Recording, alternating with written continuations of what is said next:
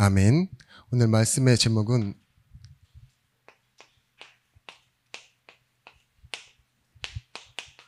되게 하신다입니다. 출애굽기 32장 11절에서부터 14절의 말씀까지. 신앙생활은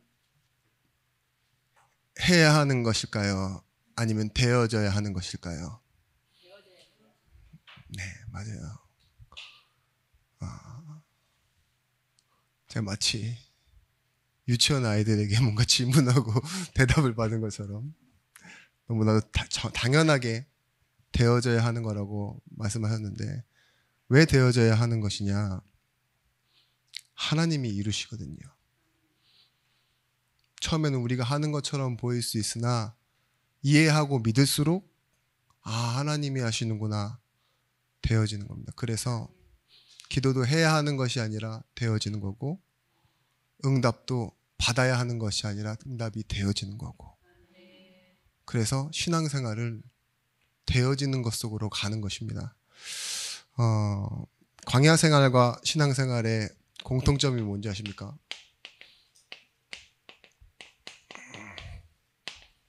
다르지 않습니다. 이 안에서 하나님을 믿고 자기 부인하는 거예요. 기독교를 뭐라고 말하느냐? 세상에서는요, 많은 종교들 중에서 특징, 자기 부인, 자기 자신을 자기가 아니라고 말하는 그런 자기 부인의 종교라고 말해요. 광야생활, 오늘의 신앙생활이죠. 왜 자기 부인이 필요하냐? 이 광야에서는요, 내 힘과 내 능력과 내 경험과 지식으로는 살아갈 수가 없는 곳이에요.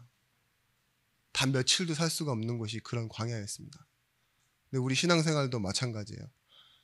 우리가 믿으면 된다, 나와서 할 수 있다, 그게 구원이라면 우리가 지켜내야 되는 구원이잖아요. 근데 구원은 하나님이 이루신 겁니다. 우리는 그거 알아가는 것이죠. 그래서 이 속에서 복음이 발견되면 발견될수록 이게 되어지는 게 신앙생활을 잘하는 거예요. 내 걸 다 지키려고 하고 하나님이라는 목적을 둔 채 또 내가 갖고 싶은 것도 그대로 두면 그게 무엇이 되느냐? 우상이 되는 거예요. 그래서 여러분, 내 목적도 하나님 앞에서 바꿀 수 있는 거 있죠. 내가 바라는 것도 하나님 앞에서 바꿀 수 있는 것. 그래서 신앙생활 그 자체가 믿고 바라보는 것이 바뀐 사람. 믿을 신, 바라볼 앙. 그래서 살아서 움직이는 거 있죠. 무엇을 따라? 말씀을 따라. 광야에서 만나와 메추라기, 구름기둥, 불기둥, 반석에서의 물과 홍해와 요단과 여리고의 승리, 수많은 일들이 일어났지만 이들이 따라가고 있는 건 자신의 경험 지식이 아닙니다. 역사도 아니에요. 말씀에 순종해서 따라가는 거였어요. 그 말씀의 순종이 결국은 자기 부인입니다. 내 생각과 내 경험과 눈앞에 있는 사람을 따라가지 않고 말씀 따라가는 자기 부인. 여러분,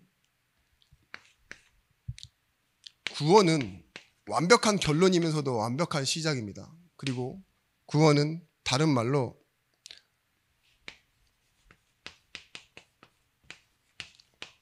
목적을 만드는 시작이 되어지는 거예요. 하나님은 구원을 주시고 시작하십니다. 1부 때도 말씀드렸던 것처럼 세우시고 채우신다고요. 죄인을 자녀 만들어 놓고 우리를 구원해 놓고서 성도가 되게 해 놓고서 교회를 이해시키시고 은혜가 무엇인지를 알게 하시고. 그러니까는 다른 종교에서는 구원이 결론이잖아요. 천국 가는 건. 그죠? 근데 우리는 그게 시작이에요. 천국 가는 게 시작점이고, 거기서부터 출발하는 게 뭐예요? 구원을 이해하는 거. 하나님이 어떤 분이신지를 이해하는 것. 그걸 바라보는 것이기 때문에 성도에게 가장 중요한 것이 무엇이냐? 결론이 아니에요. 과정입니다. 과정. 오늘을 만드는 과정. 그래서 여러분, 우리가 착각하면 안 되는 게, 하나님은 무엇 때문에 주시는 것이 아니라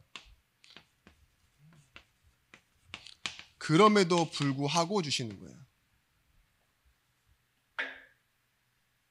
그게 하나님의 은혜입니다. 내가 어떤 자격과 조건과 공로가 있어서가 아니라 죄인임에도 불구하고, 아직 연약하고 아직 원수되어 있고 아직 죄인일 때에도 뭐예요? 하나님은요, 자신의 약속으로 시작하시고 그리고 나서 뭐예요? 불구하고, 그럼에도 불구하고 주십니다.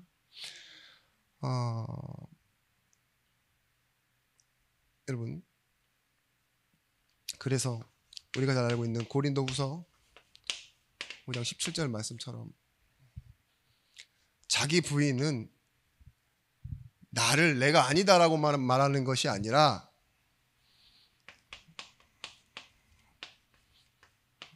새로운 나, 새로운 인생을 회복하는 거예요. 이 자기 부인이라는 한자를 보시면요, 스스로 자기 자신, 그리고 아니하다 부, 인정할 인, 스스로 자기 자신을 자기가 아니라고 말할 수 있는 거 있죠. 왜 그럴까요? 변화가 있기 때문에 그래요.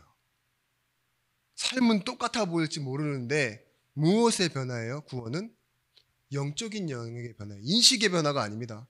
내가 안 믿었었는데 믿는다가 아니라 이제는 뭐예요? 흑암의 권세에서 하나님의 아들의 나라로 옮겨갔고, 일부 말씀처럼, 그죠? 사망에서 생명으로 옮겨갔고, 죄와 사망의 법에서 생명의 성령으로 법으로 하나님께서 옮겨놓으신 그 호적, 그게 바뀐 게 구원의 상태입니다. 여러분, 이 사실을 믿어야 돼요. 내가 믿으면 되고 안 믿으면 안 되고, 이것도 사실 틀려요. 하나님은 안 믿는 나를 계속 이끌고 가신다니까요. 그게 구원이고 그게 광야 생활이었습니다.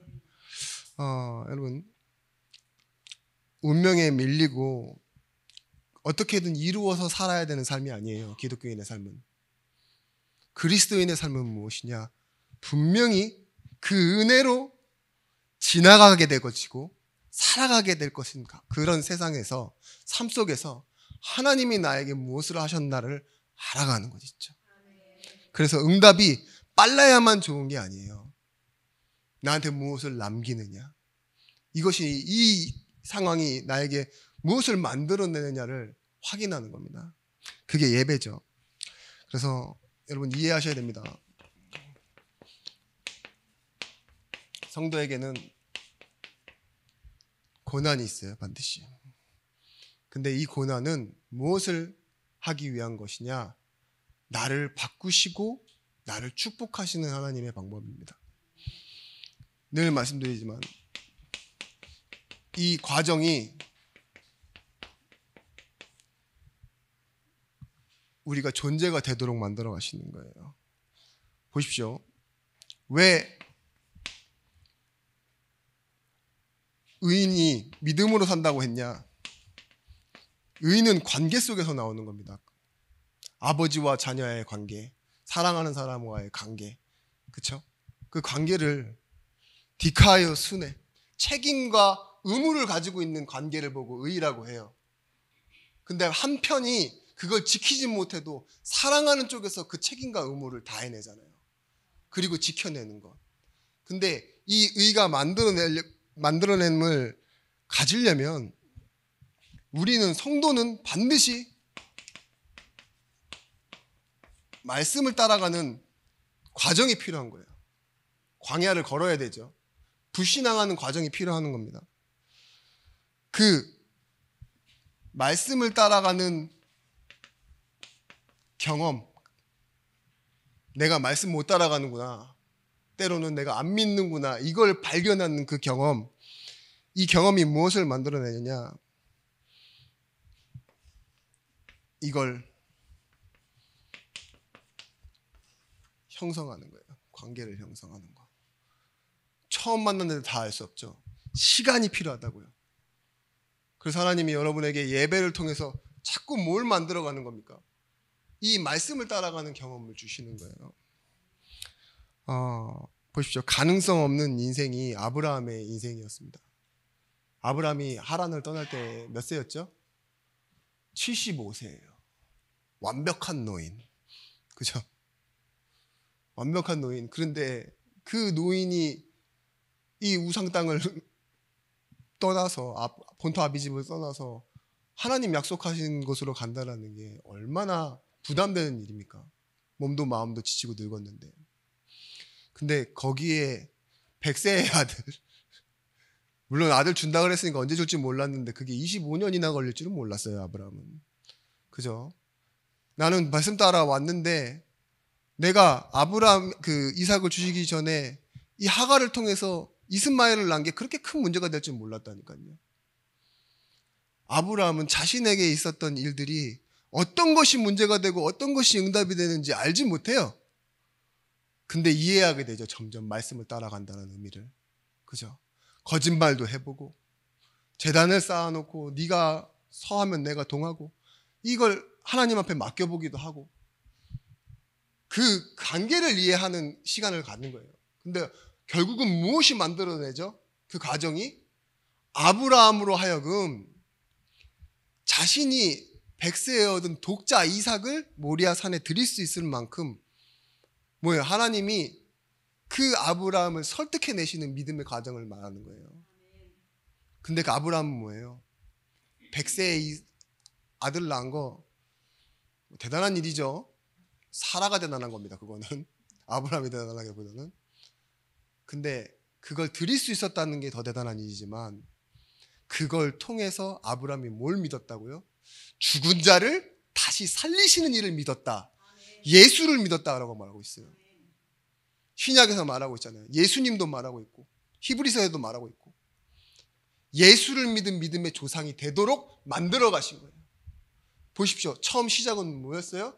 믿지 않고 우상 숭배하는 땅에 있는 아주 보잘것없는 그냥 유대인, 히브리 민족 그 한 사람을 부르셔서 두 번째 그 아들 이삭, 야곱, 요셉 이렇게 이어가는데 그 작은 수가 어디예요?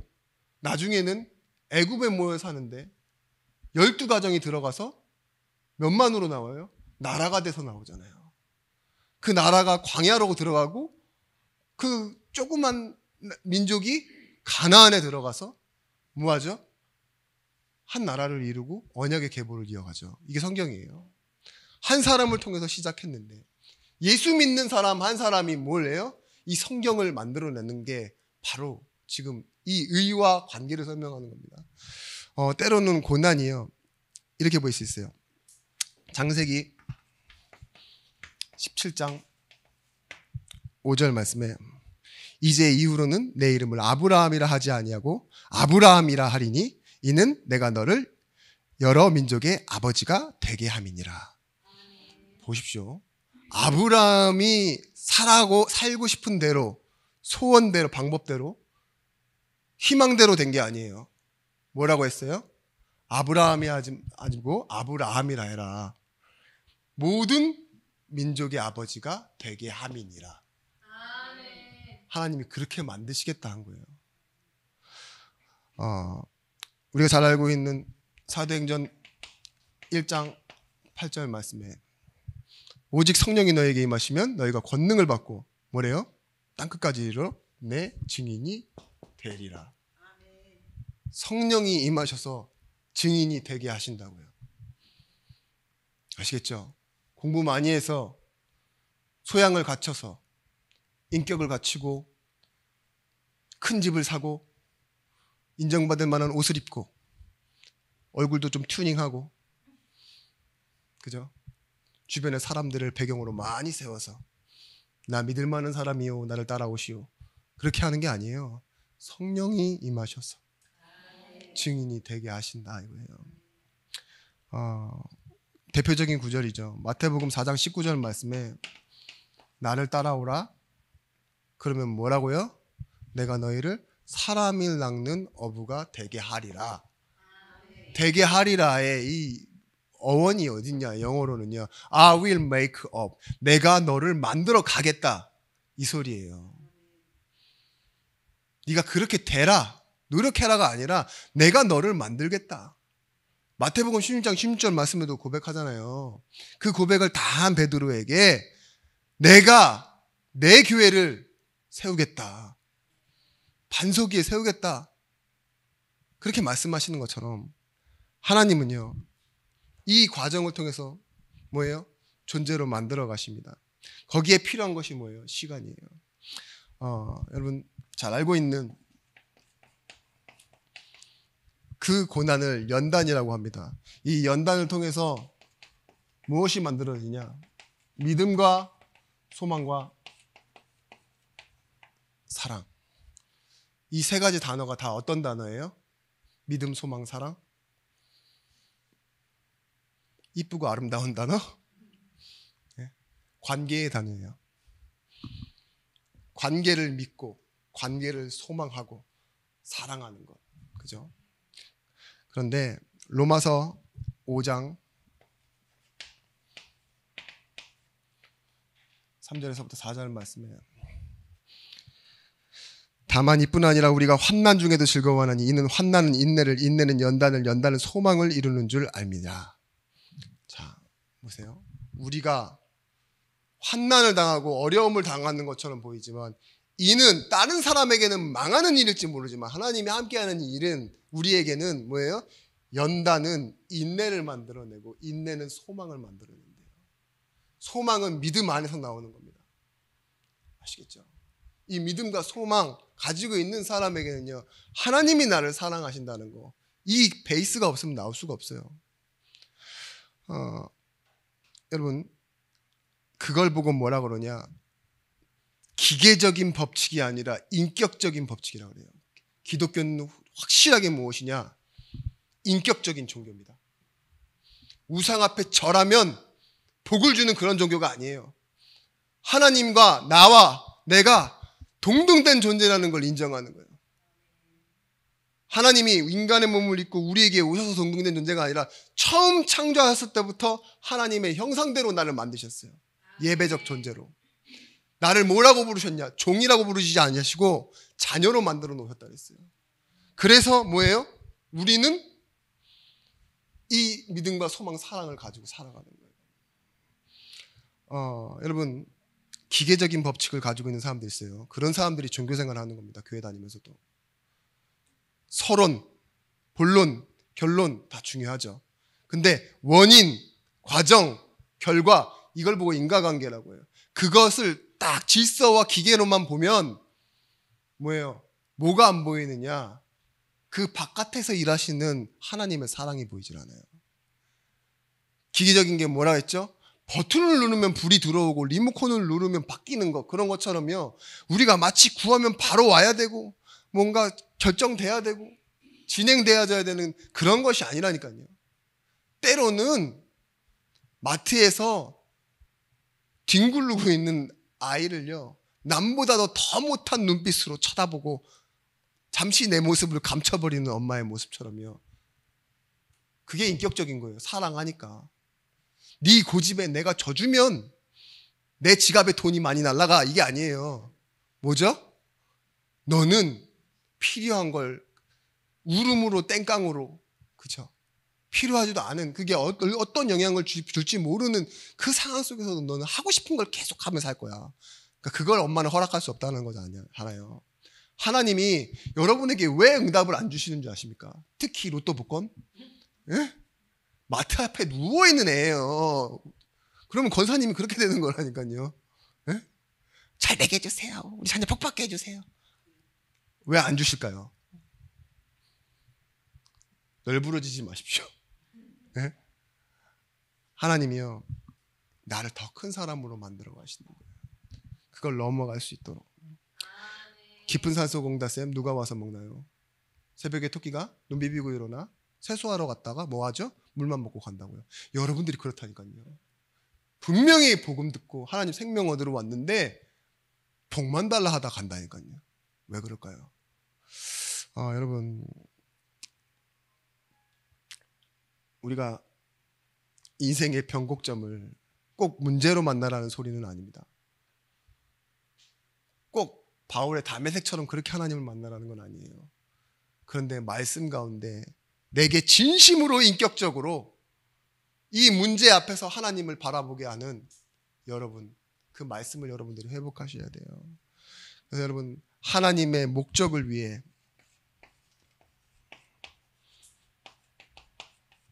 여러분들이 말씀을 따라가는 겁니다. 왜냐? 이 말씀이 곧 하나님이시기 때문에 그렇습니다. 하나님을 목적을 이해해야 돼요. 예레미야 11장 45절 말씀.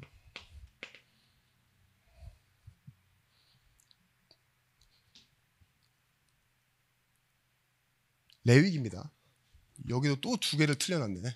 레위기 11장 45절 말씀. 나는 너희의 하나님이 되려고 너희를 애굽 땅에서 인도하여 낸 여호와니라. 맞죠? 네. 뭐예요? 애굽 땅에서 인도해낸 이유가 뭐라고요? 내가 너희의 하나님이 되려고. 네가 나한테 뭐가 되려고 하지 마. 내가 너의 하나님이 될 거야. 이거잖아요. 그걸 위해서 내가 너를 출애굽시켰다.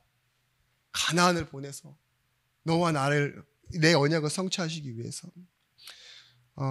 예레미야 32장 38절에서부터 41절 말씀에 내가 그들을 복을 주기 위하여 그들을 떠나지 아니하리라 하는 영원한 언약을 그들에게 세우고 나를 경외함을 그들의 마음에 두어 나를 떠나지 않게 하고 내가 기쁨으로 그들에게 복을 주되 분명히 나의 마음과 정성을 다하여 그들을 이 땅에 심으리라. 그들은 내 백성이겠고 나는 그들의 하나님이 될 것이며. 뭐래요? 하나님이 기쁨을 다해서 심는 목적이 뭐라고요? 너는 내 백성, 나는 너의 하나님. 하나님은 사랑을 심으시겠다는 거예요. 레위기 26장 12절 말씀에도 나는 너희 중에 행하여 너희 하나님이 되고 너희는 내 백성이 될 것이라. 여러분, 하나님은 이 구약에서도 보면 알 수 있지만 율법에서 두렵게 나타나시는 하나님임에도 불구하고 계속 말씀하시는 게 뭐야? 나는 너희의 하나님이 될 거다. 넌 내 백성으로 살아라. 이렇게 말씀하고 계세요. 오늘 여러분에게 주시는 말씀이란 뭘까요? 넌 이미 내 자녀다. 그죠? 내 말씀으로 살아라. 그냥 말씀을 네가 지키는 게 아니라 내가 지금 네 안에 성령으로 함께하고 있고, 그죠? 내가 너의 모든 송사를 다 알고 있고, 내가 그리고 뭐예요? 너의 갈 길을 계획하고 있고 지금 인도하고 있다. 걱정하지 말고 근심하지 말아라. 이 얘기를 하고 있는 거예요. 너의 선택이 때론 틀릴지라도 그건 내가 책임지겠다. 너의 연약함을 내가 알고 있고 너의 질병을 내가 알고 있다. 너의 상처도 내가 알고 있다. 그러니까 말씀으로 힘을 얻어라. 여호수아에게 말했던 것처럼 강하고 담대하라. 극히 강하고 담대하라. 이 말씀 여러분에게 주고 계신 거예요. 요한복음 14장 6절 말씀에 주는 길과 진리와 생명 되시는 예수입니다. 나로 말미암지 않고는 아버지께로 올 자가 없느니라. 우리가 아까 말씀드렸듯이 구원은 우리의 소속과 자리를 바꿔놓은 겁니다. 인식의 변화가 아니라 영적인 영역의 변화예요. 요한복음 14장 20절 말씀. 그날에는 내가 아버지 안에 너희가 내 안에 내가 너희 안에 있는 것을 너희가 알리라. 여러분, 우리가 율법을 지키고 열심히 믿고 의지로 이겨내거나 상상으로만 믿는 게 아니라 자녀라는 구체적인 관계로 들어가 뭐예요? 너희는 내 안에 내가 너희 안에 함께 있겠다. 내가 너와 더불어 먹고 마시겠다 하는 그 관계 속에 있는 거죠. 그래서 우리는 무엇을 인정하면 되느냐? 뭘 달라 하기 전에 내가 가진 주신 것 있죠. 구원. 이 주신 것 속에서 우리의 가치가 나옵니다. 우리의 가치는 돈 명예가 아니에요. 하나님 자녀라는 신분과 권세입니다. 하나님은 우리 인생을 어디로 이끌어 가시느냐?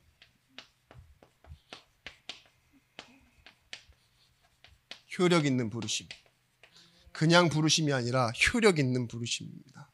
단순히 청함과 초청만 있는 것이 아니라 하나님께서요, 그렇게 작업을 해서 다 만들어 가시는 거예요. 그때에 정확하게 부르시고 그때를 정확하게 기점으로 해서 하나님 사용하시는 거예요. 바울을 더 일찍 부르실 수 있었죠. 근데 하나님은요, 그걸 바울에게는 다른 과정으로 만들어 있어요. 자신이 평생 전도운동하면서도 나는 성도 중에 작은 자요, 나는 죄인 중에 괴수라고 말하는 것을 오히려 은혜 앞에 말할 수 있을 만큼, 왜냐, 은혜가 더 크기 때문에 전혀 부끄럽지 않게 그렇게 하나님께서는요 바울을 만들어 가시는 거예요. 여러분, 하나님의 부르심에는 후회하심이 없느니라 했어요. 그게 효력 있는 부르심이에요. 완료된 운명을 우리에게 적용하셨습니다. 그게 뭔지 아시죠? 천국을 이미 구원 주실 때 확정하셨다니까요. 완료된 운명. 그래서 우리가 믿고 이루어야 하는 구원이 아닌 하나님의 구원, 완료된 구원, 이 속에 포함된 것이 아니라 최고의 축복이 뭐냐? 하나님이 함께 하신다는 거예요. 이걸 가지고 우리 인생이 만들어지기 시작합니다. 여러분,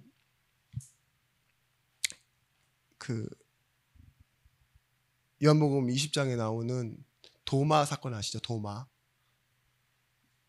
생선 자르는 도마 말고 제자 도마. 근데 부활하신 예수가 왔다고 하는데도 도마가 뭐라고 해요? 그의 창자국과 못자국에 손대지 않고는 내가 믿지 않겠다. 나쁜 놈. 아니에요. 도마가 제일 착한 사람이었어요, 사실은. 제가 늘 말씀드리지만 예수를 끝까지 쫓아간 제자는 도마뿐이었으니까요. 그만큼 더 상처가 큰 거예요. 눈앞에서 봤으니까 돌아가시는 거 다. 근데 그분이 내가 봤는데 지금 부활해서 와 있다 그러니까 진짜 못 믿겠는 거죠. 근데 뭐냐, 예수님이 부활하셔서 보이시는데요, 와서 만져봐 이러는데 제 신학과는 조금 다른 상황이 벌쳐졌어요. 그게 뭔지 아세요? 부활했으면 깨끗해야 되잖아. 왜 죽을 때 상처가 다 남아있어? 여기 못자국 있고 여기 창자국 있어, 와서 만져봐. 그죠?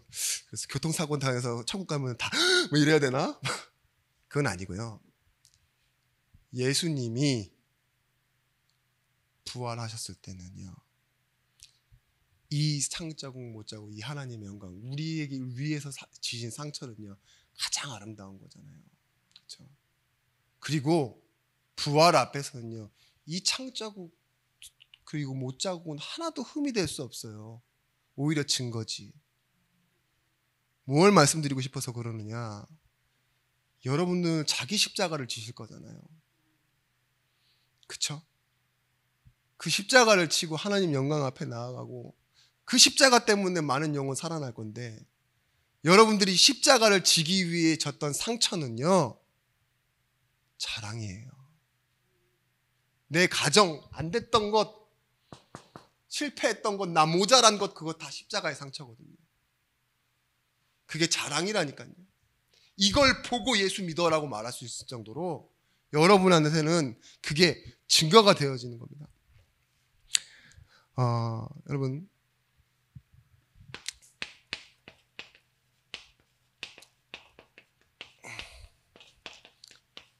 제가 오늘 여러분들의 눈을 보아하니 말씀을 돌아가서 2번 이상은 더 들으셔야 될 것 같아요. 알지만 깊이 이해하지 못했어요.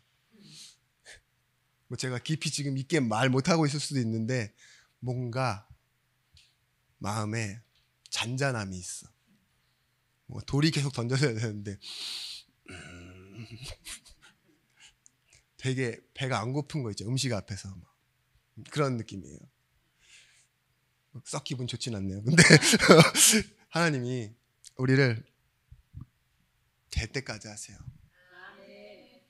왜요? 시험은 합격하고 뭐 탈락하고 이걸로 끝이죠. 그래요. 근데 훈련이라는 건 좀 달라요. 하나님은요, 광야에서 훈련시키셨잖아요. 될 때까지 하시는 거예요. 국가대표 되어보세요. 훈련이 더 빡세집니다. 그죠? 특등 사수 군대 가보면 아시지만 몇 발 쏘고 막 뒤에 가서 저기 찌그러지는 애들은 신경도 안 써요. 잘하고 만발하고 이제 대회 나갈 애들은요 더 훈련시켜요. 특수부대 이런 사람들은. 그죠? 우리도요 되어지는 사람이기 때문에 하나님이요 뭐 하시냐? 될 때까지 하시는 거예요. 여러분 시편의 절반 150개 중에 73개가 뭐였죠? 다윗의 시예요. 어디서 나왔겠습니까?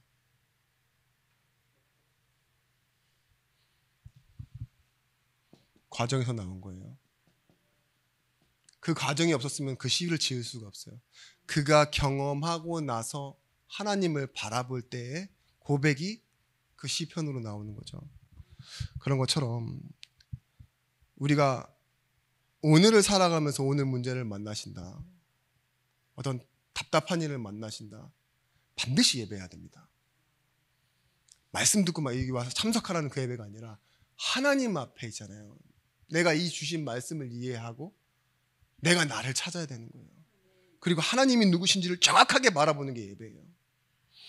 그래서 그때 여러분에게 어떤 것이 오냐? 가장 큰 기회가 오는데 여러분의 불신앙을 발견하는 겁니다. 이 불신앙을 발견할 때 여러분 치유받아요. 하나님 앞에 이 치유함을 달라고 기도하시면 돼요. 그리고 다시 불신앙하지 않으시면 돼요. 그게 뭐가 됩니까? 믿음이죠. 내가 이 부분에 하나님을 믿지 않고 나를 의지하고 있구나. 이 부분에서 아직 나는 나를 부인하지 않고 있구나. 이걸 찾고 하나님께 기대고 하나님께 바라는 것. 그죠? 그게 기도 아닙니까? 왜 가장 큰 기회라고 했냐? 이걸 모르고 있는 상태가 무감각한 상태거든요. 그게 흘러 떠내려가는 겁니다. 말씀 없이. 여러분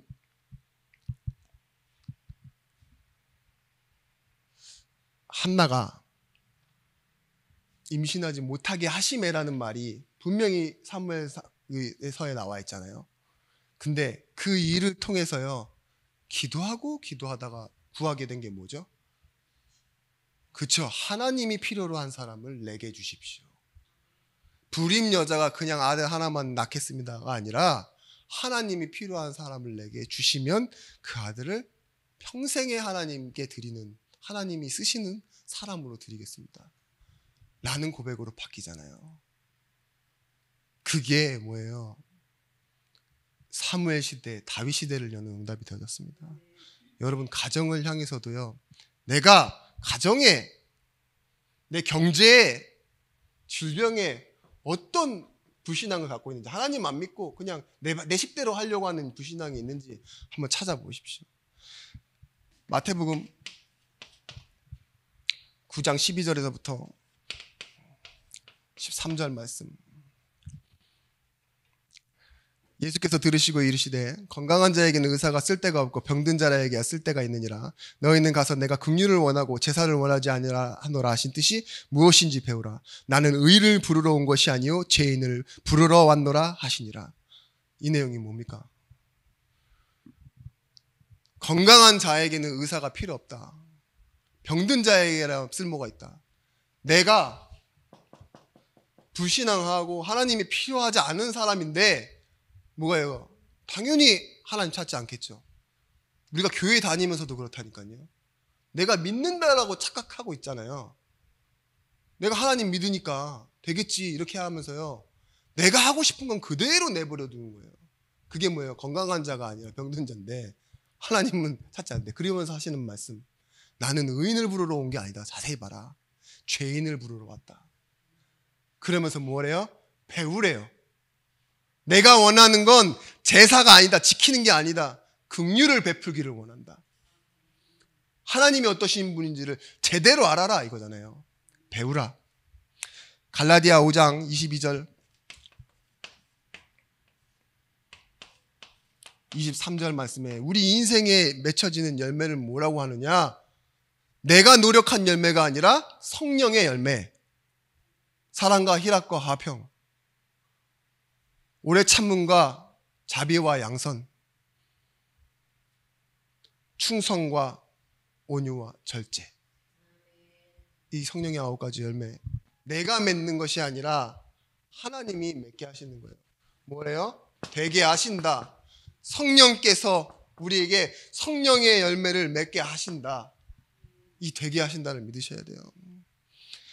여러분, 제가 진짜 찜찜하지만 찜찜할수록 더 짚고 넘어가야 될 게 있는 게 뭐냐? 지지난주부터 순종과 복종에 대해서 계속 말씀드렸는데, 이 순종과 복종에 대해서 말씀드릴 때 여러분들이 받아들이는 그런 지식적인 이해와 감정적인 이해 온도 차이가 너무 크더라고요. 순종 복종이라는 단어를 여러분들 별로 안 좋아하시죠? 그죠? 웃으시면 다행인데, 여러분, 순종, 복종, 기쁨으로 하고 뭐 하고 이런 단어 차이가 아니에요. 한국어의 그런 의미가 아니에요. 순종은 하나님의 말씀으로 승리하는 거라고 말씀드렸고, 그러기 위해서는요, 먼저 죄인인 내가 항복하는 거예요. 하나님 앞에 두 손 들고 나아가는 겁니다. 여러분, 분별하고 어떠한 것을 제대로 볼 수 있는 안목을 가진 것을 보고 실력이라고 해요. 그죠? 무엇이 진짜인지 알고 무엇이 얼마나 큰 가치가 있는지를 볼 수 있는 안목을 보고 실력이라고 하는데, 그걸 성경에서는 뭐라고 그러냐? 믿음이라고 합니다. 돈, 명예, 건강, 사람, 이것보다 하나님, 그리고 하나님의 말씀을 더 귀하게 보고 그것을 따라가는 가치 있죠. 그걸 보고 순종이라고 한다니까요. 여러분, 이 순종은 반드시 어디에 연결되어 있는 거냐? 하나님이요, 우리에게 약속하신 것이 있어요. 안식. 믿는 자에게 주시는 안식. 예배를 뭐라고 하죠? 안식이라고 하죠. 안식이 뭐냐? 예수 안에서 약속된 존재가 있어요. 그게 나예요. 예수 안에서 약속된 존재가 내가 되기로 하고 선택하고 기뻐하는 게 안식이에요. 약속된 존재인 내가 이제는 하나님이 되라고 하는 존재가 되겠습니다 라고 선택하는 거 있죠.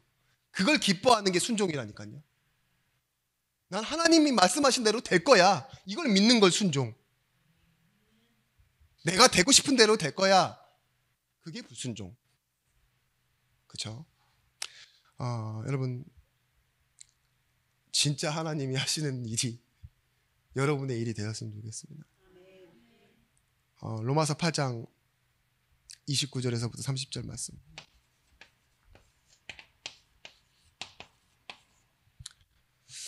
하나님이 미리 아신 자들 또한 그 아들의 형상을 본받게 하기 위하여 미리 정하셨으니 이는 그로 많은 형제 중에 맏아들이 되게 하려 하심이니라.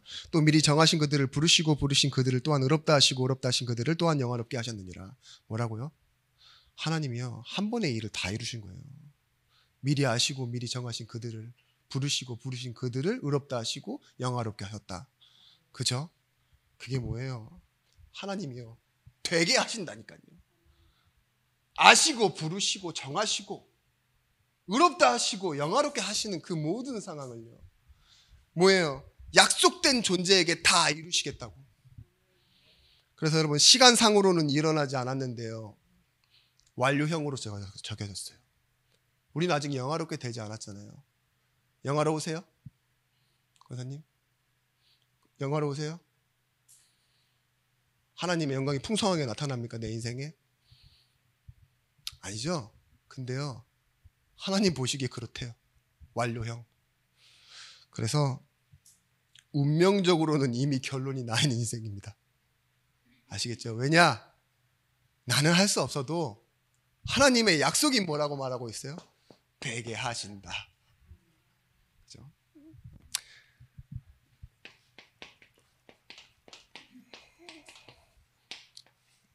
여러분 결론은 재설정하셔야 돼요. 내가 원하는 그 방향, 선택 여기서요. 한번 이런 말씀드린 적 있죠. 초기화 시켜야 된다고. 초기화의 다른 말은 리셋입니다. 빌립보서를 들어가면서 썼던 말인데 리셋 뭐냐? 오류나 틀린 이벤트를 싹 다 지우고 초기화 상태로 돌아가는 거예요. 그걸 보고 리셋. 저 아까 전에 이 말씀을 제가 일부 전에 다 뽑아놔서 상관이 없는데 또 목사님 방 컴퓨터가 한 10분 동안 안 켜지는 거예요. 이거 또 돈이네 씨. 뭐 파워 서플라이 막 쿠팡에서 시켜라 막 코드 뽑았다. 근데 좀 있다가 촥 하면서 소리가 나면서 또 켜졌어요. 앞으로 좀 더 쓸 수 있겠다. 근데 그건 리셋이 아니에요. 잠깐 전원이 나갔던 거지. 때론 있죠. 초기화를 시켜야 될 때가 있어요. 핸드폰도 그렇고 뭐든. 우리도요. 예배를 한다라는 건 있죠. 삶에서 어떤 일을 겪고 뭐하고 많은 게 섞이고 흐트러질 때도 있고 그렇죠? 흔들릴 때도 있지만 예배 앞에 왔을 때는요. 다시 리셋. 그것도 기쁨으로 리셋. 사도행전 16장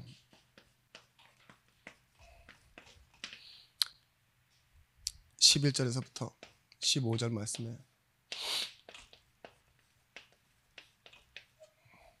방향입니다. 바울에게 있어서 가장 중요했던 성령 인도가 뭐였냐? 바울이 전도운동을 시작할 수 있었던 가장 중요한 응답이 저는 이 마게도냐로 향하는 거였어요. 생각해요. 그 마게도냐의 첫 성이 어디였습니까? 빌립보. 빌립보에서 바울의 인생이 변합니다. 사람에 대한 하나님에 대한 성령 인도에 대한 개념이 바뀌기 시작해요. 그런데 이 빌립보서 1장 1절을 보면은요. 바울 자신이 치유가 됐어요. 이 빌립보서 1장 1절 말씀에 없는 말이 하나가 있습니다. 바울이 항상 쓰는 말인데 빌립보서 1장 1절에만 없는 말씀. 그게 뭔지 아십니까? 사도라는 단어예요. 자기가 자기를 증명하지 않아요. 왜일까요? 빌립보는 유대인이 없거든요. 사도의 정당한 권리를 주장하지 않아도 돼요. 너 짭통이지. 너 예수님 못 만났잖아. 이런 말 하는 사람이 없어요. 진짜 부신 현장에서 이방인들에게 전도하기 때문에 그냥 주의 종이라고 말해요. 근데 거기다 누구 이름을 하나 더 올려놓는 줄 아세요? 디모데의 이름도 같이 올려놓습니다. 근데 갈라디아 1장 1절 한번 읽어드릴게요. 뭐라고 나와있냐? 사람들에게 난 것도 아니요 사람으로 말미암은 것도 아니요 오직 예수 그리스도와 그를 죽은 자 가운데서 살리신 하나님 아버지로 말미암아 사도된 바울은 엄청나게 길게 설명해놨죠. 사람으로 말미암은 것도 아니요 사람으로 난 것도 아니요 배운 것도 아니요. 그리고 나서는 뭐예요? 그리스도로 말미암아 사도된 바울은 이렇게 말하는 거랑 그리스도의 종 그냥 종이면 된다. 그죠? 디모데는 똑같은 디모데랑 자기를 같은 선상에 두고 나도 종이고 얘도 종이야. 사도 아니야. 사도를 필요 없으니까. 그만큼 여러분 어떤 부분이냐? 여러분 이게 확실해지면 돼요. 정체성이 확실할수록요. 여러분 인생을 주눅들며 살 필요 없습니다. 특히 불신앙할 필요가 많이 없어져요. 괜히 막 어디 막 지갑이 비었으니까 그죠? 허한 마음에 막 많이 가진 사람 믿고 막 이런 사람처럼 세상 그렇게 살 필요 없어요. 우리가 얼마나 많은 축복을 받았습니까? 이 보배를 질그릇에 가졌는데.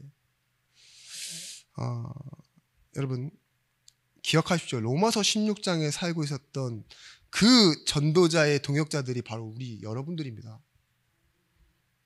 그 사람은 그 사람이고 나는 내가 받은 응답이 따로 있는 게 아니에요. 여기에 계신 분들이 지금 그 응답을 받으실 분들이라고요. 그래서 여러분 우리는 교회 이중의 부르심을 받습니다. 하나는 자녀로 부름을 받고 교회로의 성도로서의 부름을 받습니다. 여러분 자녀이면서도 성도인 여러분들이 이제 어떤 상황에서도 낙심하지 않으셔도 돼요.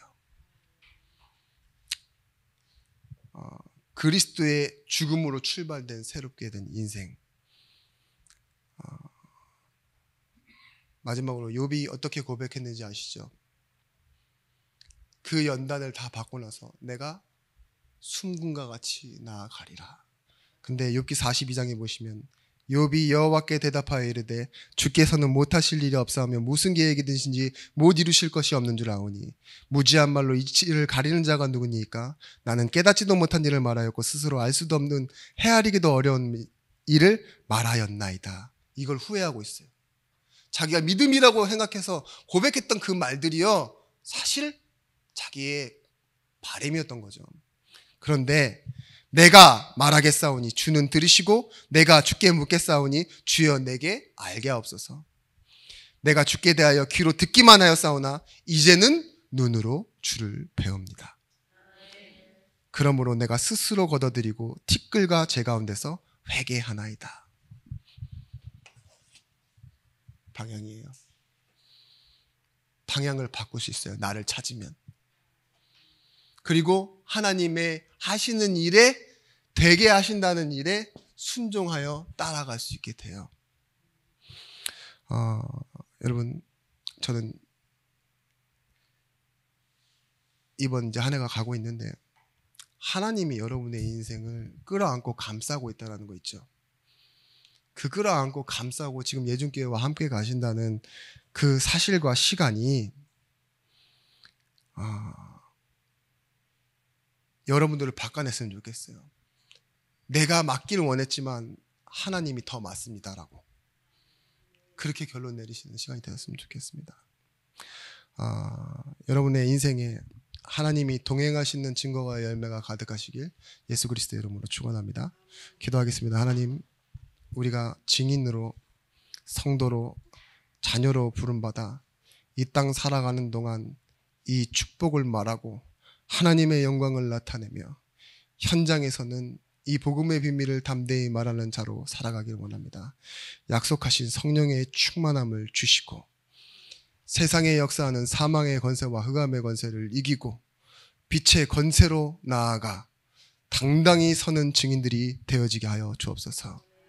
우리가 제자를 만나는 축복을 갖게 하시고 가정 속에서도 이 가정복음화의 축복을 누리는 주역이 되게 하시며 교회 안에서 우리들의 만남이 하나님이 축복하시고 하나님이 기뻐하시는 만남이 되도록, 그래서 함께 기도하는 모임과 예배와 성도들이 되도록 하나님께서 축복하시고 역사하여 주옵소서. 이제는 만왕의 왕이 되신 예수 그리스도의 크신 은혜와 독생자를 주신 하나님의 사랑과 성령 하나님의 감동 내주로 충만 교통하심의 은총이 말씀 가지고 현장하러 가는 모든 증인들 제자들 머리 위에 이제로부터 영원토록 함께 있을지어다. 아멘.